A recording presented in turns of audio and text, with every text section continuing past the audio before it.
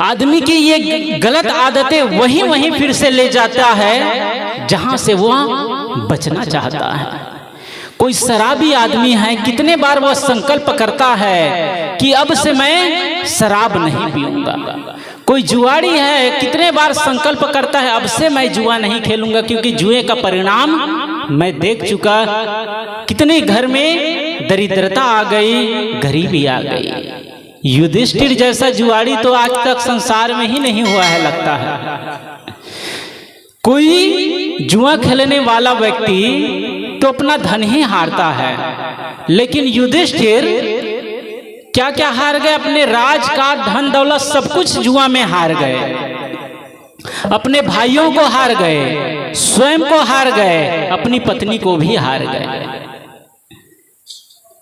द्रौपदी को जब सभा में लाई गई, द्रौपदी ने पूछा मेरे पतिदेव पहले अपने हारे थे कि मुझे? जुए में पहले स्वयं को लगाए थे कि मुझे लगाए थे? तो लोगों ने कहा कि युधिष्ठिर पहले स्वयं को लगाए तब तुम्हें दांव पर लगाए। द्रौपदी कहती जो पहले से ही हार गया है फिर उसको तो दूसरे को जुआ में लगाने के उपाय नहीं है, वह कैसे मुझे जुआ में लगा सकता है?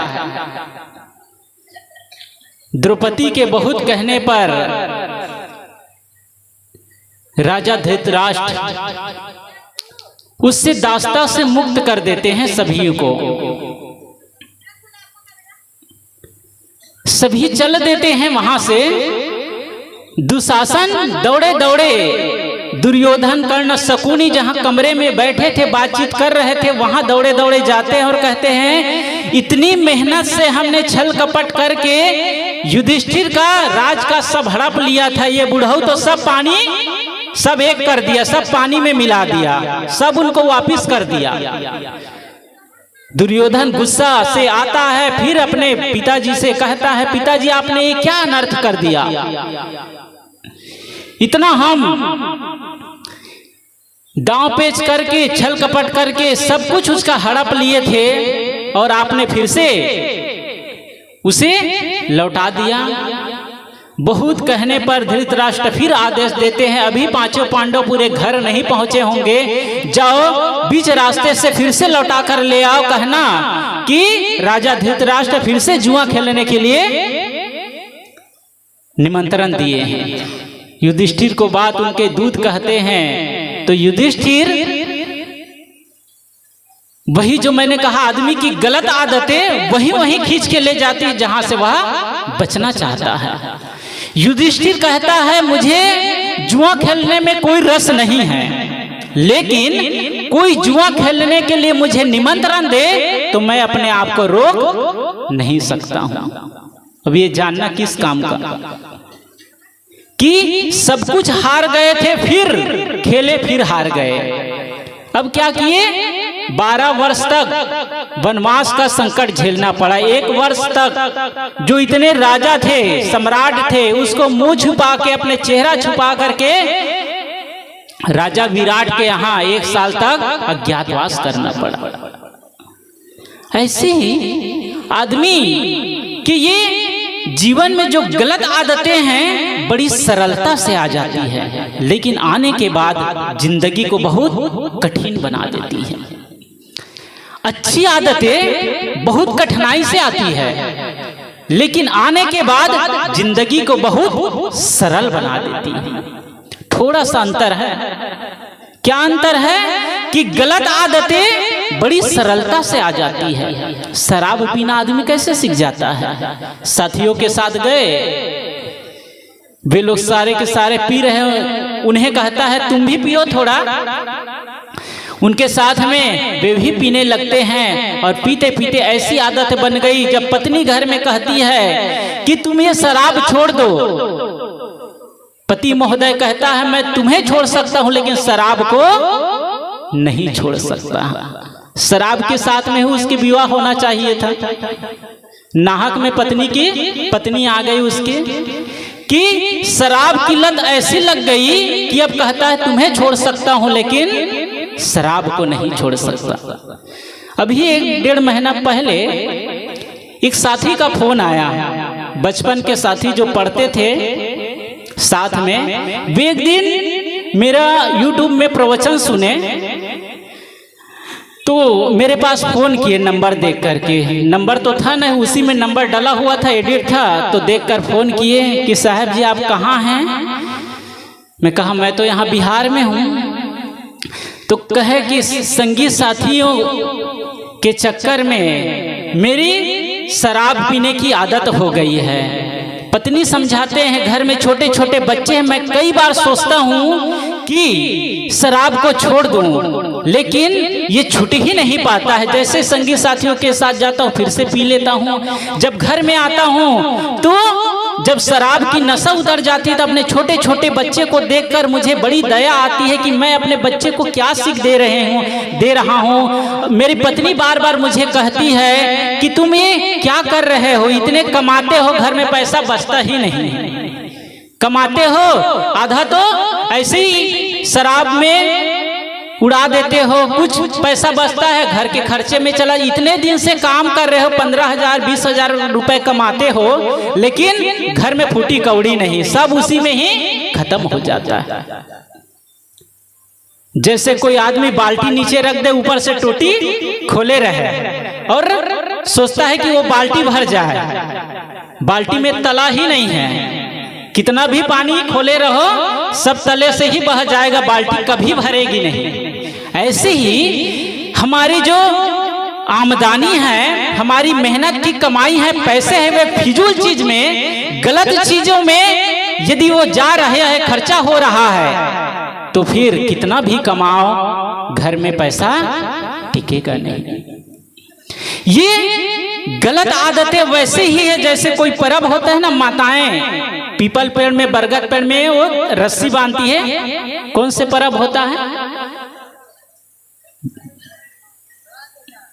बट पूजा, तो उसमें इतने धागे लपेटे रहते, इतने धागे लपेटे रहते, पूरा लपेटते लपेटते बहुत मोटी हो जाती है रस्सी। उस रस्सी को कोई तोड़ना चाहे तो कोई तोड़ पाएगा नहीं, क्योंकि वो बांधते बांधते बांधते बांधते बहुत मोटी हो गई है। ऐसी ही जब आदमी गुटखा बारंबार खाता है तो वो आदतें बहुत मजबूत हो रही है। शराब आदमी पी रहा है तो वो आदतें बहुत मजबूत हो रही है। आदमी झूठ बोलता है तो वो झूठ बोलने की आदत बहुत मजबूत हो रही है। आदमी गलत करता है, जुआ खेलता है तो जुआ खेलने की आदत बहुत मजबूत हो रही है।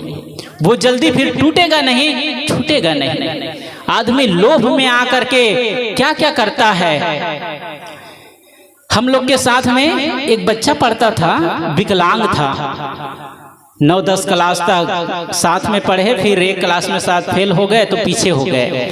तो एक बार वे बहुत उदास थे, कक्षा में बैठे थे, तो मैंने पूछा कि क्या बात है, बहुत उदास दिख रहे हो, आज तबीयत ठीक नहीं है?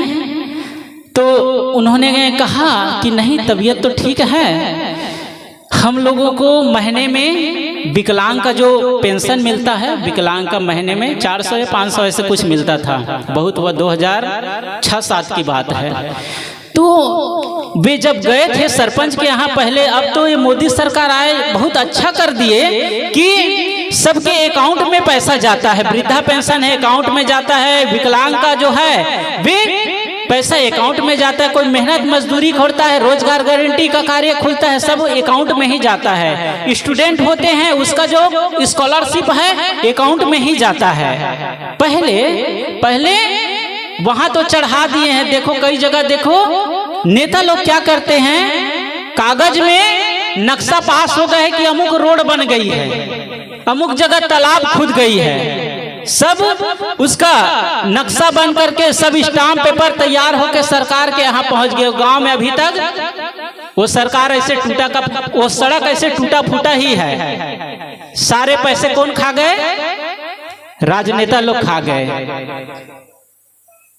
दवाई की फीस मेडिकलों में, सरकारी दफ्तरों में दवाई, गरीब जो पैसा देकर प्राइवेट हॉस्पिटल में इलाज नहीं करा सकते, उन गरीबों के लिए क्या आता है, मुफ्त में दवाई आती है सरकारी हॉस्पिटलों में। डॉक्टर लोग उन दवाइयों को बेच करके पैसा कमाता है, उसको वो दवाई गरीबों तक पहुंच ही नहीं पाता है।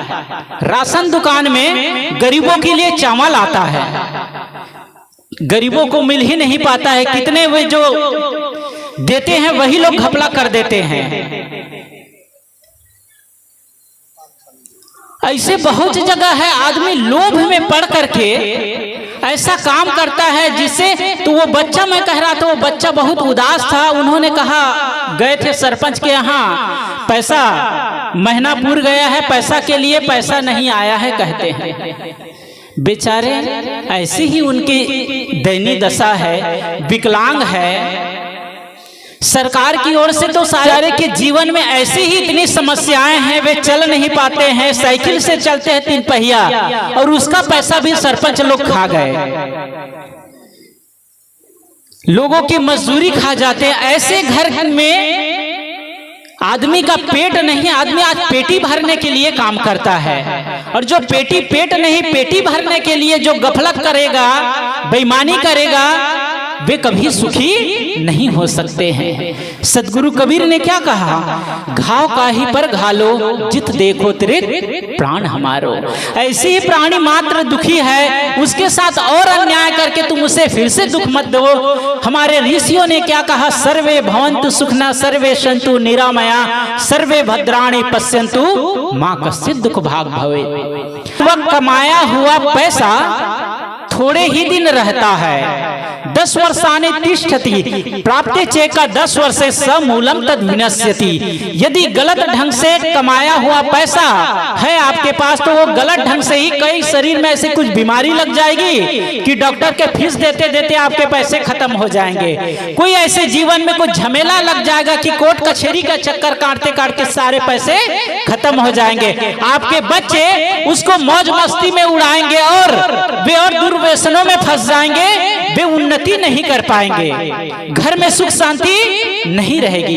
इसलिए ईमानदारी से आदमी को कमाई करना चाहिए, मेवा मिष्ठान ना खा करके वो सूखी रोटी ही खाए, लेकिन अमन से चैन से तो सोएगा। जो आदमी गलत होता है वो हमेशा भयभीत होता है। नक्सलाइटों को देखिए, जमीन के अंदर गुफा बनाकर रहते हैं। क्यों? क्योंकि वे दूसरों को दुख देने का काम करते हैं, दूसरों की हिंसा हत्या करते हैं। शेर को देखो, वो कहीं आम जगह पर मिलता नहीं, हो जंगल के झुरमुट में पाए जाते, जहां बहुत सघन जंगल हो। क्यों? क्योंकि वहां हिंसा करता है। बिल्ली को देखो, हमेशा डरी हुई रहती है, जब चलती है तो इधर उधर देखती रहती है। क्यों? क्योंकि वो हिंसा करती है। जो आदमी जितना दूसरों को दुख देने का काम करेगा, हिंसा करेगा, गलत करेगा, वो उतना ही भयभीत रहेगा, चिंतित रहेगा, जीवन में उसकी शांति नहीं रहेगी। एक चोर था, एक संत के पास जाकर कहने लगा कि महाराज, मेरे पास बहुत से संगी साथी है, चोर है, और मेरे पास बड़ा मकान है, धन दौलत की भी कमी नहीं है, अच्छी जमीन जगह भी है, लेकिन क्या बात है, मैं जब रात में सोता हूँ मुझे चैन की नींद नहीं आती है, भोजन भी अच्छा नहीं लगता, मन हमेशा ऐसा लगता है कि कुछ खो गया है, कुछ खो गया है, अशांत रहता है, मन दुखी रहता है। क्या बात है? संत जानते थे इसका चोरी करना धंधा है। उसको एक दिन ले गए अपने साथ एक पहाड़ पर, बेटे चलो तुम मेरे साथ में, मैं तुझे कुछ जीवन की सीख देना चाहता हूँ। ले गए चोर को, उन्होंने कहा 3 ठो बड़ा बड़ा पत्थर अपने कंधे पर लाद लो। लिए 3 ठो पत्थर लिए और बोरी पर लिए और सिर पर एक कंधे पर लेकर चल रहे हैं। जैसे जैसे ढलान बढ़ती गई, ऊंचाई बढ़ती गई, उसका बोझ भारी होने लगा। उन्होंने कहा महाराज महाराज, ये इतना भारी लेकर ऊंचाई तक चढ़ना संभव नहीं है, मेरा तो पैर दुख रहा है, मेरा तो शरीर पसीना से तरबतर हुए जा रहा है, अब आगे की चढ़ाई मुझसे नहीं होगी। संत ने कहा ऐसा करो, जो 3 पत्थर लिए हो उनमें से एक पत्थर को गिरा दो। एक पत्थर को गिराया, थोड़ा हल्का हुआ, फिर चलने लगा आगे। चलते चलते थोड़ी देर और आगे चलता है, फिर कहता है अब ये भी वजन लगता है, अब चढ़ाई ढाल और बढ़ती जा रही है, ऊंचाई और बढ़ती जा रही है, ये 2 पत्थर भी अब भारी लगने लग रहा है, अब मेरा पैर और असहनीयता से भर गया है, अब लगता है आगे की चढ़ाई मैं पूरी नहीं कर पाऊंगा। संत ने कहा एक पत्थर और कम कर दो, तो एक पत्थर फिर गिरा देता है, हल्का हो गया, आगे फिर चढ़ता है, चढ़ा कुछ देर चढ़ता, अब कहता अब ये भी, अब तो बहुत, अब शिखर तक पहुंच गया, अब ये भी पत्थर भारी हो गया। संत ने कहा उसको भी फेंक दो। जब सारे पत्थर गिरा दिए तब निर्भर होकर शिखर तक पहुंचे। संत ने कहा तुम शांति को पाना चाहते हो, मुक्ति के शिखर तक पहुंचना चाहते हो, तो ये पाप का बोझ लेकर यदि चलोगे तो मुक्ति और शांति रूपी शिखर तक कभी पहुंच नहीं पाओगे। गुरु कबीर क्या कहते हैं? लोहा केरी नावरी, पाहन गरुआ भार, और सिर पर विष की मोटरी, चाहे उतरन पार। लोहे की नाव है, लोहा केरी नाव, ये पाहन गरुआ भार, उस पर लोहा की नाव है और पत्थरों से लदा हुआ है नाव, और सिर पर विष की मोटरी, सिर पर और बोझा लिया हुआ है, और चाहे उतरन पार। तो इतना बोझा लेकर के आदमी ये संसार रूपी सागर से कैसे पार कर सकता है? यदि वह पार करना चाहता है तो पत्थरों का जो बोझा है उसको गिराना पड़ेगा, सिर पर जो मोटरी है उसको भी खाली करना पड़ेगा, और जो लोहे की नाव है उसको उसकी जगह पर लकड़ी का नाव बनाना पड़ेगा, तब कहीं वो संसार सागर से पार हो सकता है।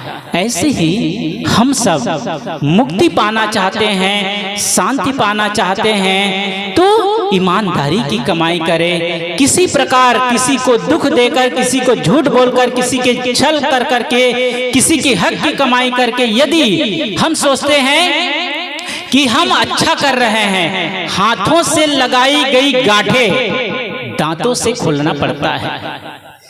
हंस हंस कर किया गया पाप रो रो कर भोगना पड़ता है।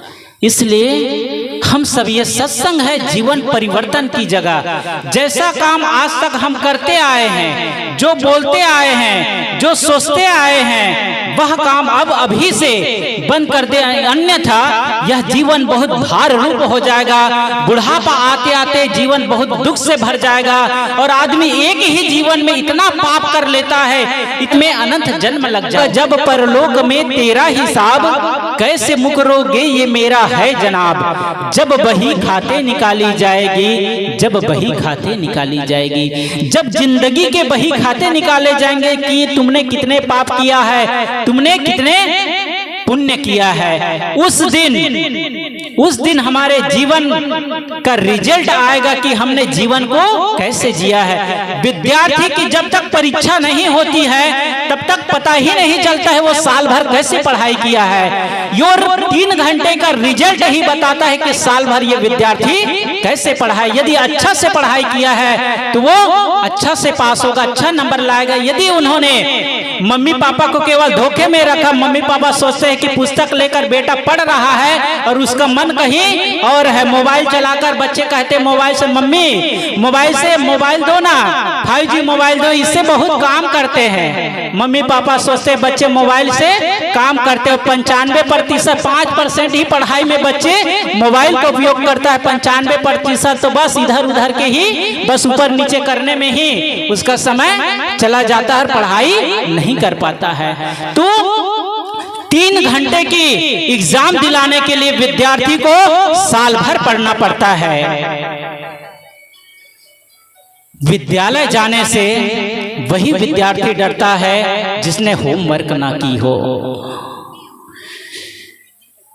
सुप्रीम कोर्ट में बैठकर जज कोई भी समस्या का समाधान 1 घंटा में ही क्यों ना कर देता हो, लेकिन उसके लिए उसको 11 वर्ष लड़ना पड़ता है वकालत, तब कहीं जज की उसे पोस्ट मिलता है। इसी प्रकार मौत को सुधारने के लिए, जीवन को संवारने के लिए आदमी को जीवन भर साधना करनी पड़ती है, जीवन भर संयम साधना से चलना पड़ता है, तब कहीं उसकी जिंदगी संवरती है। है, तब कहीं उसके अंतिम क्षण सुख से कटता है। तो मैं कह रहा था कि आदमी की गलत आदतें उसको वहीं ले जाती है जहां से बचना चाहता है। शराब की जब नशा उतर जाती है तो बार बार पश्चाताप करता है कि ये शराब पी कर मेरा स्वास्थ्य खराब हो रहा है, घर में गरीबी आ रही है, अब से मैं शराब नहीं पीऊंगा।